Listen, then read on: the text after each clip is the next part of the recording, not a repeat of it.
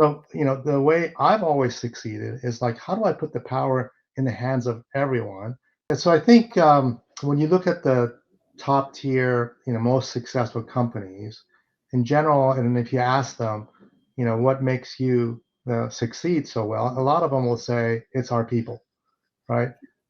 And when you think about, how do you empower every individual in the company um, to come in and innovate along with you? This is typically the challenge where only a few people in the company are allowed to innovate, and those individuals are typically in the IT groups of the companies because they're working on systems, they're working on figuring out how to get scalability out of the company and so on.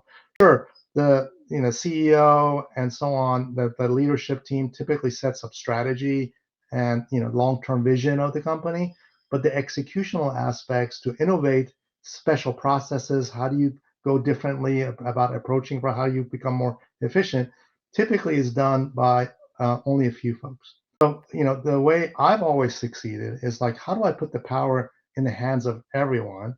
How do I democratize technology so that there is no IT bottlenecks?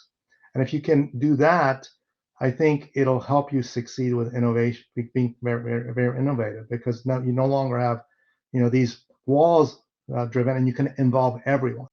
And this is something that is very dear and heart to me because involving everyone is actually a very key thing that is completely opposite of how most ERP systems are built because they're licensed typically based on number of users. But if we change that paradigm, and if you can involve everyone, then you'll innovate faster. You got to also include your vendors and your customers in that too. Yeah. Like everything we build is actually comes from our customers, right? We innovate together. In fact, our tagline is we built the future of business together. So really it's about how do you bring everybody together, because the more you have together, the better aligned you are and the better success you're going to have building and innovating.